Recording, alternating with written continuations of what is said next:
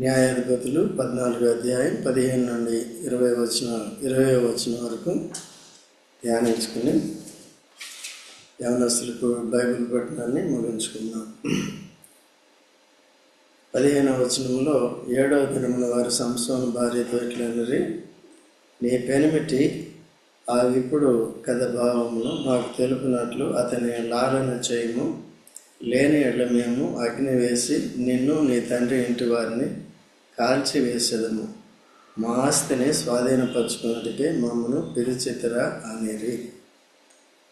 ఇక్కడ సంసోను తిమ్నాకి పెడుతున్నప్పుడు అక్కడ వారికి ఒక పొడుపు కథ వేశాడు కదా. తినుదానిలో నుండి తిండి వచ్చును, ఇంకేముంది, తినుదానిలో నుండి బలమైన దానిలో నుండి తీపి వచ్చెను, బలమైన దానిలో నుండి తీపి వచ్చెను, తినుదానిలో నుండి తిండి వచ్చెను.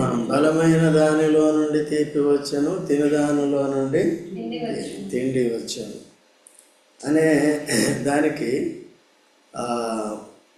విప్పుడు కదా. దాన్ని గురించి చెప్పినప్పుడు 30 సన్నపు నార బట్టలను 30 దుస్తులను నాకు ఇవ్వాలి, చెప్పకపోతే చెప్తే నేను మీకు ఇస్తానని ఒడంబడిక చేసుకున్నాను. ఇక్కడ ఏంటంటే ఏదో రకంగా ఫిలిస్తీన్లతో గొడవ పెట్టుకోవాలి.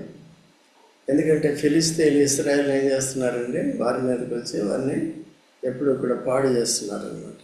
శత్రువు కూడా యేసుక్రీస్తు ప్రభు మనల్ని రక్షించిన తర్వాత, మనల్ని వేరు చేసిన తర్వాత, మనం దేవుని బిడ్డలుగా ఉన్న తర్వాత, మనం పవిత్రంగా జీవించే సమయంలో, దేవుని సేవించే సమయంలో సాతానుడు మనల్ని కూడా ఏం చేస్తాడు, శోధిస్తూ ఉంటాడు కదండి, శోధిస్తూ ఉంటాడు.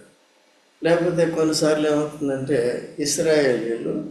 ఇశ్రాయేలీలు మళ్ళీ దోషులయ్యారు. దోషులైనప్పుడు దేవుడు ఏం చేశాడు, తప్పుకున్నాడు కదా. నీతిగా జీవిస్తే, పరిశుద్ధంగా జీవిస్తే దేవుడు తోడుగా ఉంటాడు.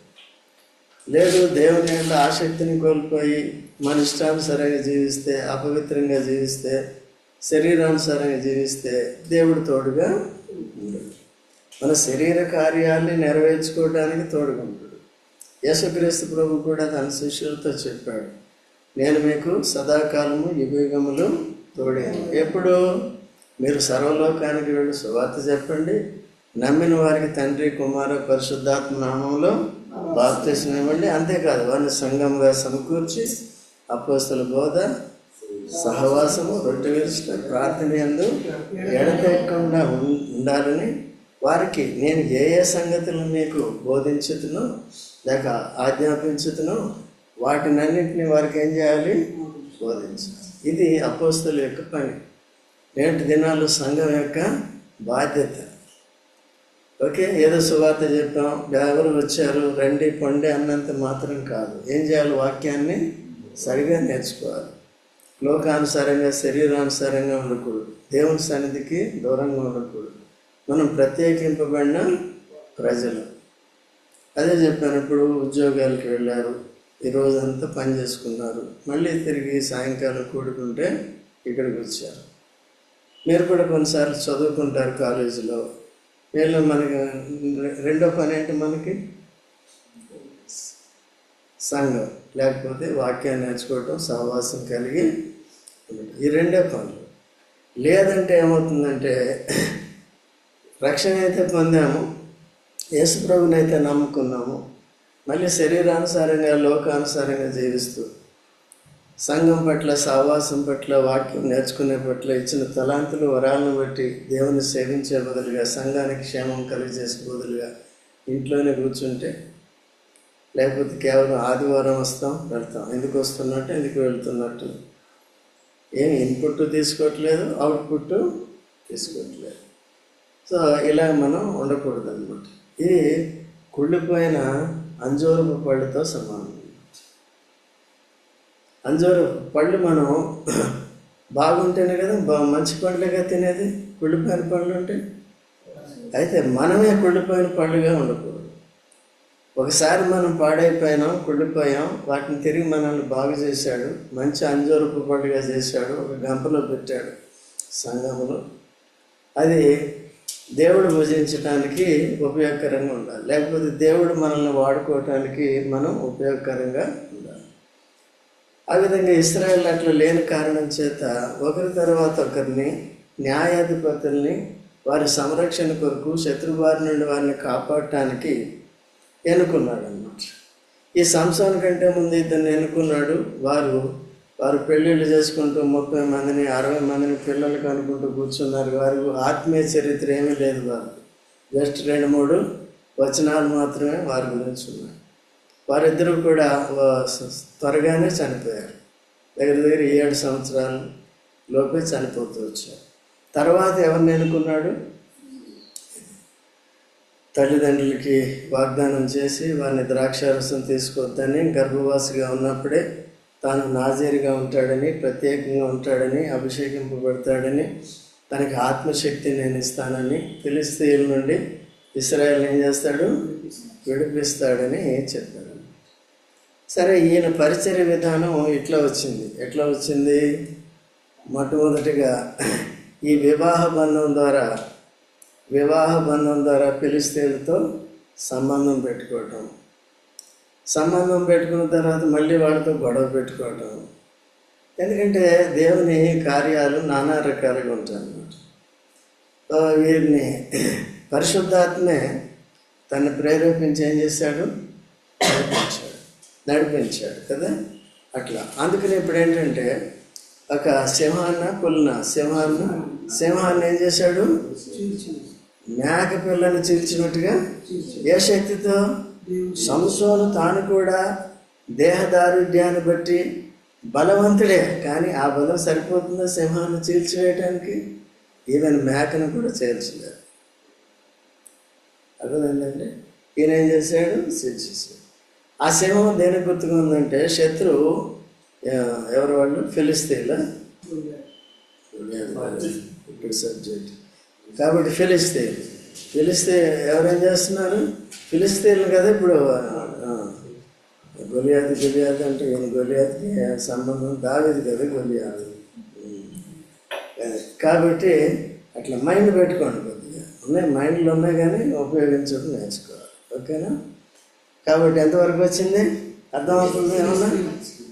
కాబట్టి ఈ సింహం దేనికి గుర్తుగా ఉంది? శత్రువు ఫిలిష్తీయుల గుర్తుగా ఉంది కదా ఈయన. కాబట్టి ఆత్మశక్తి ద్వారా ఏం చేస్తున్నాడు? ఈ ఫిలిష్తీయులందరినీ కూడా చంపుతాడు, బోధిస్తాడు. ఇదంతా చంపేడు పని. ఏమన్నా ఇంకా పైన వెళ్ళేటప్పుడు ఇప్పుడేమో ఒక 30 మందిని చంపాడు, తర్వాత చూద్దాం. తర్వాత 1000 మందిని చంపాడు. దేంతో? తర్వాత 3000 మందిని. ఈయన పని చంపుడే. ఎవరిని? ఫిలిష్తీయులు. అది ఈయన పరిచర్య అన్నమాట. ఓకే, దీని స్టార్టింగ్లోనే ఇదంతా అపవిత్రం అని చెప్తూ ఉంటారు. ఎందుకంటే వాక్యం సరిగ్గా వివేచనతో అర్థం చేసుకోకపోతే అట్లా చెప్తారు అన్నమాట. ఎందుకంటే పరిశుద్ధాత్మ ఆయన ఏం చేశాడు? సింహాన్ని సింహాన్ని చంపే శక్తి ఎవరిచ్చారు? అది దేవుని చిత్తం కాకపోతే దేవుని ఆత్మని పనిచేస్తాడు. దాంట్లో మర్మార్థం. ఎందుకంటే ఆ సింహాన్ని చంపిన తర్వాత దాంట్లోంచి ఏమొస్తుందంటే తీపి వచ్చింది. బలమైన దానిలో నుండి తీపి వచ్చను, తిని దానిలో నుండి తిండి వచ్చింది. అట్లాగే యేసుక్రీస్తు ప్రభు ఏం చేశాడంటే మొట్టమొదటిగా ఈ లోకంలో ఉన్న మనుషులందరినీ, పాపులందరినీ కూడా చెరపట్టినప్పుడు యేసుక్రీస్తు ప్రభు ఈ లోకానికి వచ్చాడు. ఎందుకు వచ్చాడు? బలమైన దాన్ని ఏం చేయాలి? చీల్చేయాలి. బలమైన వాడు ఎవరండి? సాతాను. ఎందుకు పాట పాడుకున్నా? గ్రేటర్ ఈజ్ దట్ ఈజ్ నాలో ఉన్నవానికంటే కూడా లోకంలో ఉన్నవానికంటే నాలో ఉన్నవాడు గొప్పవాడు. ఆ బలాన్ని బట్టి మనం సాతాను జయించగలం. యేసు ప్రభు మొట్టమొదటిగా వచ్చి మానవాడి కొరకు సిలువేయబడి చనిపోయి సమాధించబడి తిరిగి లేచాడు. చనిపోయినప్పుడు మన పాపం పరిహారమైంది. తిరిగి లేచినప్పుడు సాతాను అధికారం కూలిపోయింది. అందుకనే సాతాను అధికారంలో మనల్ని సైతం క్రీస్తు యేసునందు విశ్వాసం ద్వారా యేసు రక్తం చేత కడగబెట్టు ద్వారా, పరిశుద్ధాత్మ చేత ముద్రింపబెట్టు ద్వారా మనం సాతాను నుంచి విడిపింపబడ్డాం. యేసు ప్రభు రక్తం చేత కడగబడి కొనబడిన సంఘంలో అంగాలుగా చేరాము. ఇప్పుడు మనం లోక సంబంధులం కాదు. ఎవరు మనం? పర సంబంధులం. క్రీస్తు యేసు సంబంధులం. నరక సంబంధులం కాదు. ఇప్పుడు దేనికి సంబంధులం? పరలోక సంబంధులం, నిత్య జీవానికి వారసులు. అయితే ఈ లోకంలో జీవించే కాలం అంతా కూడా మనం కూడా సాతాన్ని ఏం చేయాలి? కాళ్ళ కిందేసి తొక్కాలి. వాడి చేత తొక్కించుకోకూడదు. చూడండి, రోమేలుకి రాసిన పత్రిక 16 అధ్యాయం 20వ వచనం. రోమేలుకి రాసిన పత్రిక త్వరగా చదవండి ఎవరైనా. 16:20. సమాధానకర్త అయిన దేవుడు సాతానును మీ కాళ్ళ కింద శీఘ్రముగా, మీ కాళ్ళ కింద అంటే ఎవరి కాళ్ళ కింద? యేసుక్రీస్తు ప్రభు మొట్టమొదటికి వచ్చి సిలువేయబడి మరణాన్ని జయించి వాని తలని ఏం చేశాడు? చెతకొట్టాడు. అంటే దాని అర్థం ఏంటంటే ఆయన అధికారం అంతా కోల్గొట్టాడు. వాని వశంలోని మనల్ని అందరినీ ఏం చేశాడు? అయితే వదులుతాడు? వదలు. కేవలం ఎవరు విడిపించగలరు మనల్ని? సర్వశక్తుడు అనే యేసు ప్రభు. మనం బలహీనం, సాతానుడు శక్తిమంతుడు, అంటే మనకంటే చాలా బలమైన వాడు. వానికంటే కూడా, సాతానికంటే కూడా మహాబలమైన వాడు ఎవరండి? పరలోకపు సంస్థానం యేసు ప్రభు. ఓకే, ఇప్పుడు మనకేమిచ్చాడు? ఆత్మశక్తిని ఇచ్చాడు. పరిశుద్ధాత్మ చేత మనల్ని ఏం చేశాడు? ముద్రించాడు, అభిషేకించాడు. అందుకనే పరిశుద్ధాత్మ శక్తితో ఎప్పుడు కూడా సాతాన్ని మనం కాళ్ళ కింద తొక్కాలి. వాడికి భయపడకూడదు, వాడు చెప్పినట్టు చేయకూడదు. సో ఈయన అట్లాగే సంసోను ఏం చేస్తున్నాడండి? వాడితో వైరం పెట్టుకుంటున్నాడు ఏదోలాగా. యాక్చువల్గా అయితే అక్కడికి వెళ్ళి అన్ని జన్మ స్త్రీని పెళ్లి చేసుకోకూడదు. ఇక్కడ ఉద్దేశం ఏంటంటే వాళ్ళతో ఏదో గొడవ పెట్టుకుని వాళ్ళు ఏం చేయాలి? యేసుక్రీస్తు ప్రభువు ఈ లోకానికి వచ్చాడు. అయితే పాపుల చేతికి అప్పగించబడటం ఏంటి? పాపులు శిక్షించటం ఏంటి? మానవ మాత్రులు శిక్షించటం ఏంటి? దేవుణ్ణి ఎవరైనా శిక్షించగలరా? సర్వశక్తివంతుడైన వారిని ఎవరైనా శిక్షించగలరా? కానీ ఆ విధానంలో వచ్చి మన మానవాడి పాపాన్ని ఏం చేశాడు? అరే, ఇప్పుడు యూదుడని లేదు, గ్రీసుడు అంటే అన్యజనుడని లేదు. అప్పుడు ఇశ్రాయేలు వేరు, ఇశ్రాయేలు వేరు, ఫిలిస్తీన్లు అన్యజనులు వేరు. వారిద్దరికీ కూడా ఏమొస్తుంది? వైరం వచ్చింది. ఇప్పుడు ఫిలిస్తీన్లు తర్వాత యూదులు మనలోనే ఉన్నారు. యూదులు అంటే దేవుని బిడ్డ అనుకున్నాం, ఇది కదా. ప్రాచీన స్వభావం ఎవరిలో ఉంది? మనలో ఉంది. నవీన స్వభావం ఎవరిలో ఉంది? పద్మ మనలో. ఈ రెండింటికి ఫైటింగ్ ఇక్కడే కొట్టుకోవాలి. ఏది ఫైటింగ్? మనలోని శరీర తత్వం ఏముంటుంది? మీటింగ్కి వెళ్ళొద్దు, వెళ్తే వెళ్దాం కానీ లేట్కి వెళ్దాం, అన్నీ అయిపోయిన తర్వాత వెళ్దాం. ఆన్లైన్లో వద్దాం కానీ ఊరికి ఆన్ చేసి వెళ్దాం, అంకులు వచ్చి అందరూ వచ్చి మంచిగా అని మార్కులు వేస్తాడు అనుకుంటా. దానివల్ల ఉపయోగం లేదు. ఎవరు పని చేస్తున్నారు? సాతానుని నిన్ను కాళ్ళతో తొక్కుతున్నాడు, నన్ను కాళ్ళతో తొక్కే. అట్లా చేయకూడదు. ఎప్పుడు కూడా ఏం చేయాలంటే ఆత్మశక్తితో ఆత్మీయంగా జీవించాలి. ఆత్మీయ విషయాలకు ప్రథమ స్థానం ఇవ్వాలి. ఆలస్యంగా వస్తున్నారంటే కొంతమంది డైరెక్ట్ డ్యూటీ నుంచి రావచ్చు, లేకపోతే ఇంకా కాలేజ్ నుంచి రావచ్చు. అవన్నీ ఎక్సెప్షన్స్. అయినప్పటికీ ఆ శక్తితో ఏం చేశారు? కానీ పొద్దున్న నుంచి ఇంట్లో పడుకుని లేట్గా వస్తే కొద్దిగా తప్ప. అంతేనా? అది ఎవరికి వర్తిస్తుంది? నీకు వర్తిస్తుంది, నాకు వర్తిస్తుంది. అంతేనా కదా? ఇది న్యాయం అన్నమాట. కాబట్టి అట్లా యేసుక్రీస్తు ప్రభు మనకంటే బలవంతుడైన వారిని సంహరించి, ఇంకో మాటలో సంహరించి వారి వశము నుండి మనల్ని విడిపించినప్పుడు, వాడు ఇంకా రక్షణ పొందిన మనల్ని, పరిశుద్ధాత్మ వరం కలిగిన మనల్ని శోధిస్తున్నాడు. మనల్ని పడదోయటానికి, క్రీస్తు నుంచి దూరపరచడానికి, లేకపోతే దేవునికి అయిష్టమైన కార్యాలు చేసి తన వశం చేసుకోవడానికి ప్రయత్నం చేస్తున్నాడు. అందుకనే జాగ్రత్తగా ఉండాలి, వాక్యం ఉండాలి, ప్రార్థన ఉండాలి. ప్రభు తప్పులు జరిగితే వెంటనే ఒప్పుకొని ఏం చేయాలి, విడిచిపెట్టాలి. ఊరికి చేసుకుంటూ పోతే దేవుడే శిక్షిస్తాడు అన్నమాట. కొన్నిసార్లు ఏం చేస్తాడు, దేవుడే ఫిలిస్తీయులకి ఎవరు అప్పగించారు, వాడు చేసిన దోషాన్ని బట్టి, దోషక్రియలను బట్టి దేవుడే కంచె తీసేశాడు.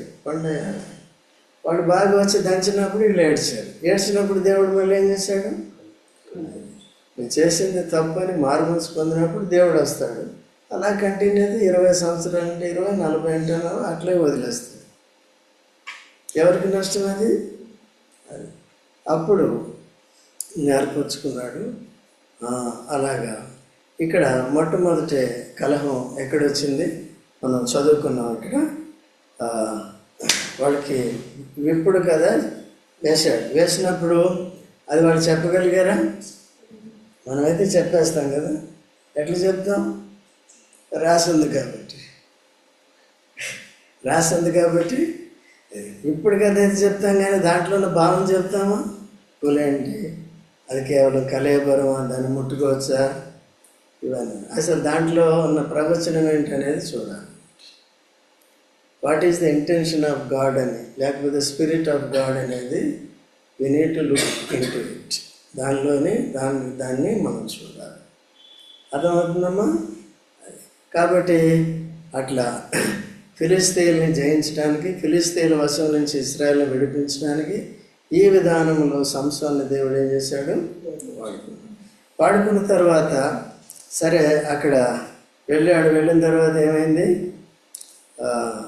వేసిన పని మీరు ఇప్పటి కదా భావం చెప్తే మీకు ఎన్ని 30 సన్నపునార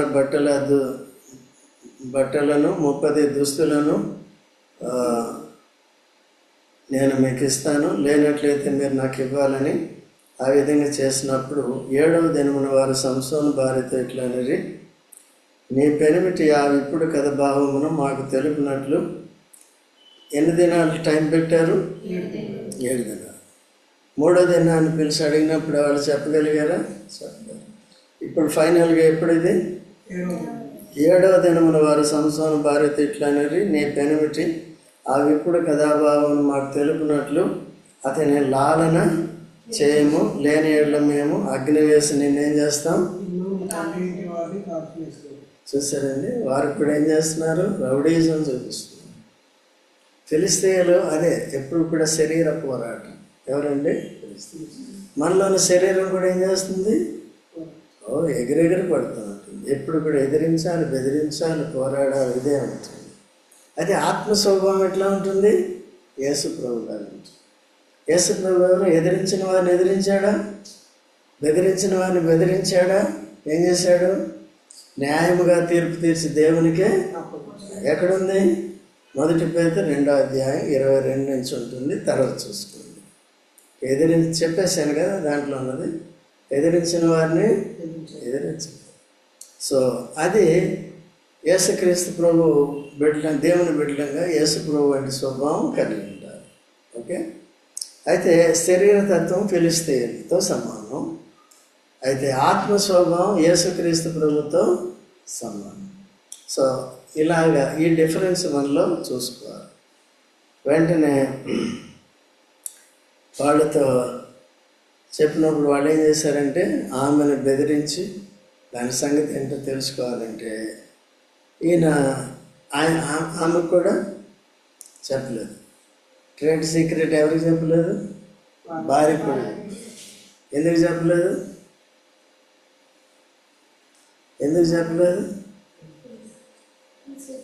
చెప్తే తనకి భార్య అని ఎవరికి నమ్మకంగా ఉంటుంది? వాళ్ళు కూడా బెదిరించారు కదా. ఇట్లా సాతానుడు నానా రీతిలుగా మనల్ని ఈ లోకంలో బెదిరిస్తూ ఉంటాడు. ఈవెన్ సువార్త చెప్తాం అనుకున్నాం, ఏం చేస్తారు వాళ్ళు? ఇదంతా సాతాను ప్రభావం, బెదిరిస్తూ ఉంటారు, ఏదైతే చేస్తూ ఉంటారు. అయినప్పటికీ మనం ప్రభు వైపు చూసినప్పుడు ప్రభువే మనకేమిస్తాడు? అన్నిటి మీద విజయం ఇస్తాడు.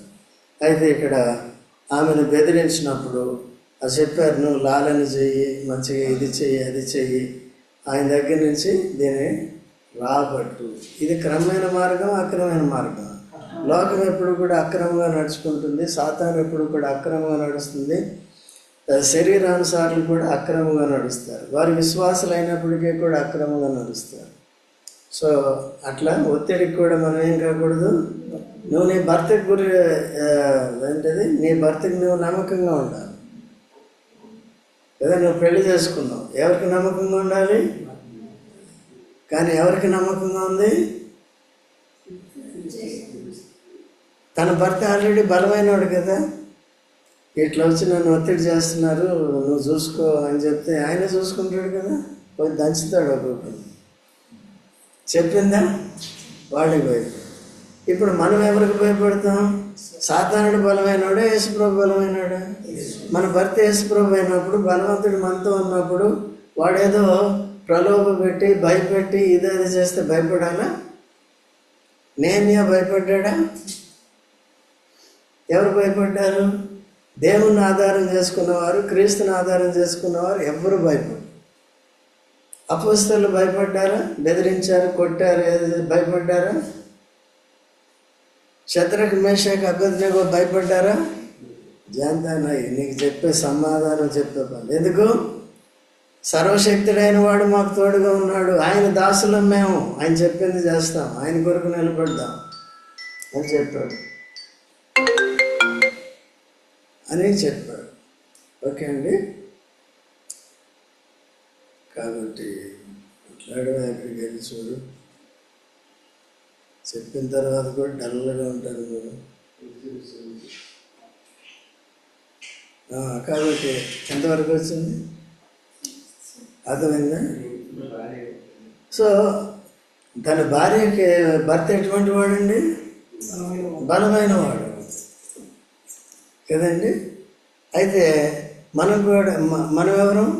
బలహీనుడు. మన భర్త ఎవరు? యేసుప్రభు. బలవంతుడా బలహీనుడా? మన బిహేవియర్ ఎట్లా ఉంటుందంటే, అందరిది కాదండి, కొంతమంది, అంటే మీరంతా అందరి గురించి చెప్పట్లే, అట్లా చేసేవాళ్ళు గురించి శక్తిమంతుడిలాగానే చూపిస్తాం. మనం ప్రతిదానికి భయపడిపోతూనే ఉంటాం. అసలు పోరాటంలోనికే వెళ్ళాం మనం. నిర్లక్ష్యం ఏంటో దేంట్లో వెళ్ళాం? పోరాటానికి వెళ్ళాం, రెస్లింగ్కే వెళ్ళాం అసలు. అయితే దేవుడు మనకు తోడుగా ఉన్నప్పుడు ఏమవుతుందండి? వెళ్ళాలి, సాతానుతో పోరాడాలి. వాడిని ఏం చేయాలి? దావీదు ఏం చేశాడు? గొలియాతుని చెదగొట్టి ఇక తల చాలా కట్ చేసి తీసుకొచ్చి. ఓకేనండి. సో అలా కాబట్టి ఈ విధంగా తన భార్య వాళ్ళకి భయపడింది, వారి పక్షం సరిగ్గా అర్థం చేసుకోలేదు. కాబట్టి సంసోను భార్య అతని పాదముల యొద్ద పడి ఏడ్చుచు, నీవు నన్ను ద్వేషించితివి కానీ ప్రేమింపలేదు కదా. భార్య ఎప్పుడు కూడా భర్త ఏం చేయాలంట? ప్రేమించాలంటే ఏం చేయాలంట? సీక్రెట్లు అని చెప్పాలి, భర్త కొంప మునిగిపోవాలి. ఇలా ఇదేం ప్రేమ అండి? ఇది దొంగ విధేయత కదా, దొంగ మర్యాద కదా ఇది భర్తని. సో తర్వాత నీవు నా జనులకు ఒక విప్పుడు కథను వేసితివి, దాన్ని నాకు తెలుపు వేతివి అనగా అతడు, నేను నా తల్లిదండ్రులకైనా దాన్ని ఏం చేయలేదు, తెలుపలేదు. అంటే నీకంటే ఎవరు ఎక్కువ? నాకు తల్లిదండ్రులు. వారికి కూడా నేనేం చేయలేదు. పెళ్ళైన వెంటనే ఎవరు ఎక్కువ మనకి? పెళ్ళి కాక ఉంటారా? ఉండకూడదు. పెళ్ళైన తర్వాత ఎవరు ఎక్కువ? ఎక్కువ తల్లిదండ్రులు. ఇంతవరకు ఆలోచించి చెప్పింది ఎవరు నీకు? తల్లిదండ్రులు. ఇప్పుడు లింగలింగం అని వచ్చారు ఎవరు? వచ్చిన వెంటనే ఎవరు మనకి ముఖ్యం? వాళ్ళే ముఖ్యం. అన్నీ తప్పుడు, నమ్మలేమన్నమాట. కన్న తల్లి వాళ్ళు ఏదా నమ్మకంగా ఉంటారా? ప్రేమిస్తారా? మధ్యలో వచ్చిన వాళ్ళు ఉంటారా?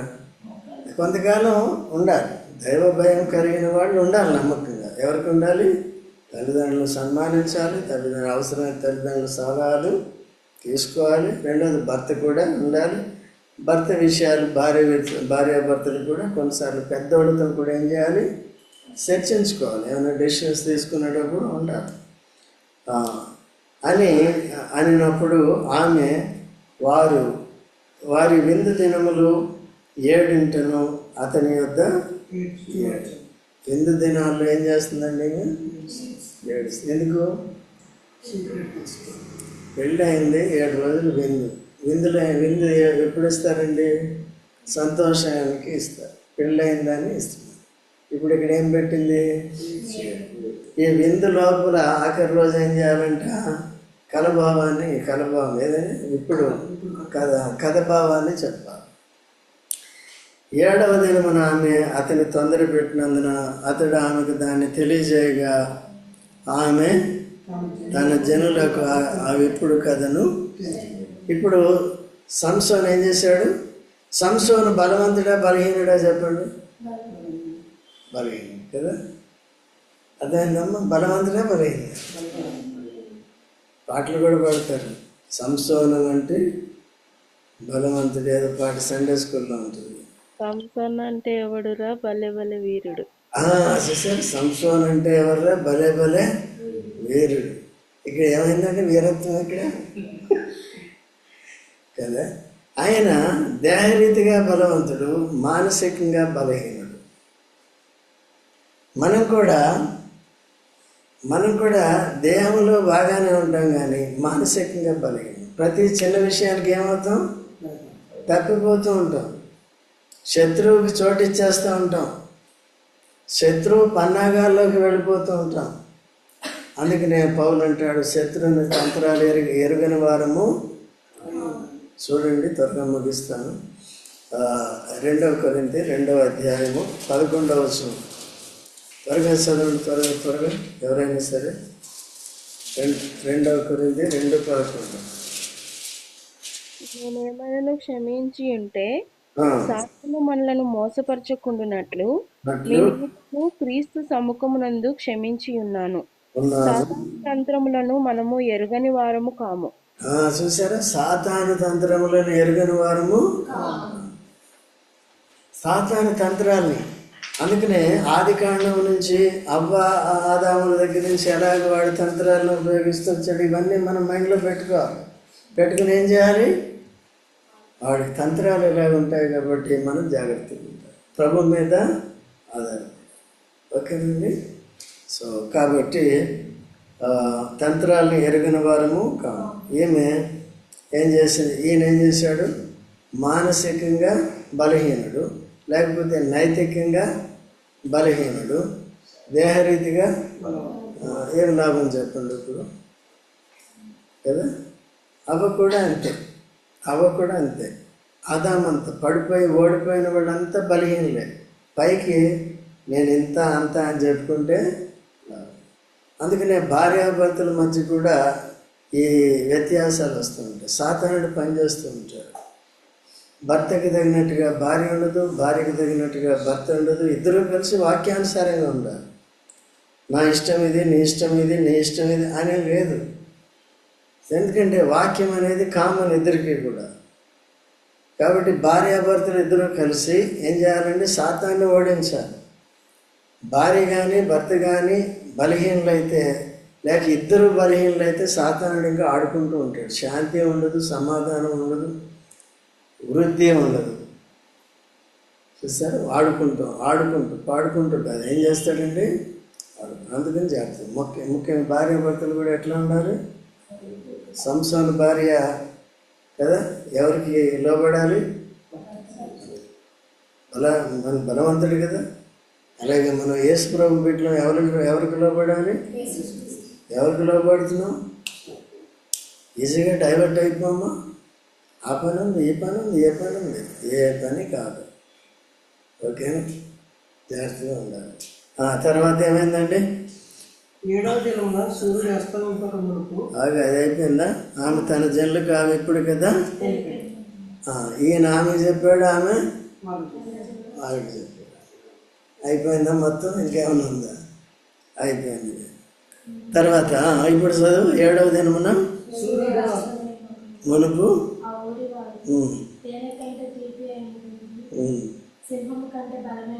చూసారా, ఈజీగా చెప్పేశారు. ఎట్లా చెప్పారు? చదువుకొని రాసేవాళ్ళు ఉంటారు, కాపీ కొట్టి రాసేవాళ్ళు. ఇది కూడా ఇప్పుడు ఏం చేశారండి? ఆమెను భయపెట్టి బలవంతం చేసి అడిగి చెప్పేసి తెలుసుకున్నాను. ఆయనకి ఇప్పుడు అర్థమైంది కదా. ఈ బుద్ధి అప్పుడు లేదు ఎవరికి? సంసోనికి. ఇప్పుడు ఏమంటున్నాడు? నా దూడతో దున్నకపోయిన నా ఎప్పుడు కథను ఎప్పులేకండి. ఇప్పుడు అర్థమైందండి. ఎప్పుడు అర్థమైంది?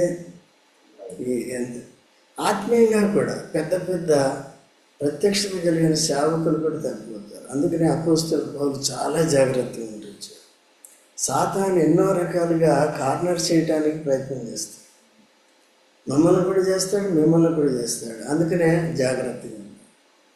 ఒకవేళ ఏ పొరపాటు జరిగినా సరే, నైతిక విషయాల్లో కానీ, ఆలోచన విషయాల్లో కానీ, క్రియల విషయాల్లో కానీ, వెంటనే ప్రభు దగ్గర ఒప్పుకోవాలి. ప్రభు క్షమించు, నేను విడిచి నేను ఈ పని చేశాను, ఈ మాట చెప్పకూడదు చెప్పాను, ఆ మాట చెప్పకూడదు చెప్పాను, అది చేయకూడదు చేశాను. వెంటనే వాడికి చోటు ఇవ్వకుండా జాగ్రత్తగా. ఓకే. ఇప్పుడు బుద్ధి ఎప్పుడు కూడా ఎప్పుడు ఉపయోగించాలి? ముందే ఉపయోగించాలి. ఓకేనండి. సరే. తర్వాత యెహోవా ఆత్మ అతడు అష్కెలోనుకు పోయి వారిలో 30 మందిని చంపి వారి సొమ్మును దోచుకుని తన ఇప్పుడు గల భావంలో చెప్పిన వారికి బట్టలు ఇచ్చాను. అతడు కోపించి తన తండ్రి ఇంటికి వెళ్ళగా. చూసారండి. ఇప్పుడు ఏం చేశాడు చెప్పండి చూద్దాం. వాళ్ళే చంపి వాళ్ళే వాళ్ళకి ఇచ్చాడు. ఎందుకట్లా చేశాడు? ఏది విత్తుతావో అదే. నువ్వు నా దూడతో దున్నావు కాబట్టి, నా భార్యని ఇట్లా చేసి దాన్ని తెలుసుకున్నారు కాబట్టి ఏం చేశారు? కాబట్టి వాళ్ళని చంపి అర్థమైందండి. కాబట్టి ఇక్కడ ఎవరు పని చేశారు ఈ విషయంలో అంటే, ఇక్కడ మళ్ళీ పరిశుద్ధాత్మ చేశారు. పరిశుద్ధాత్మ ఏమైందంటే ఏమైంది? అతడు కోపించి తన తండ్రి ఇంటికి వెళ్ళగా అతని భార్య అతడు స్నేహితునిగా భావించుకున్న అతని చెరకానికి ఇవ్వబడింది. ఇప్పుడు ఇంకో తప్పు ఏం చేశారు వాళ్ళు? ఈ భార్యను ఏం చేశారంటే వాళ్ళని చంపి ఇచ్చినందుకు స్నేహితుడికి ఇచ్చేసారు. కాబట్టి వీటి ప్రభావము నెక్స్ట్ వచ్చే వారంలో ప్రభు చిత్తం అయితే నెక్స్ట్ చూసుకుందాం. కాబట్టి ఎంతమంది వస్తారు? ఎంతమంది ఊరికి వెళ్ళిపోతారు? ఊరికి వెళ్ళిపోయినా యూట్యూబ్లో నేర్చుకోవచ్చు కదా. కంటిన్యూటీ అని ఉంటుంది. చేస్తున్నారా? చేయాలి. ఎప్పటికప్పుడే అది నేర్చుకుంటే అంత, నేర్చుకోకపోతే అంత. సాతానంత ఇదంత. అంటే ఎట్లా ఉంటుంది? మనం ఎలా ఉండకూడదు? సంసోను భార్యలాగా. ఎవరికి భార్య అయిపోయింది? అలాగ ఉంటుంది. మళ్ళీ ఎవరితో భార్య అయిపోయింది? మన బంధం ఎవరితో వెళ్ళిపోతుంది? అట్లా పోకూడదు, జాగ్రత్తగా ఉండాలి. సో ప్రార్థన చేసుకుందాం.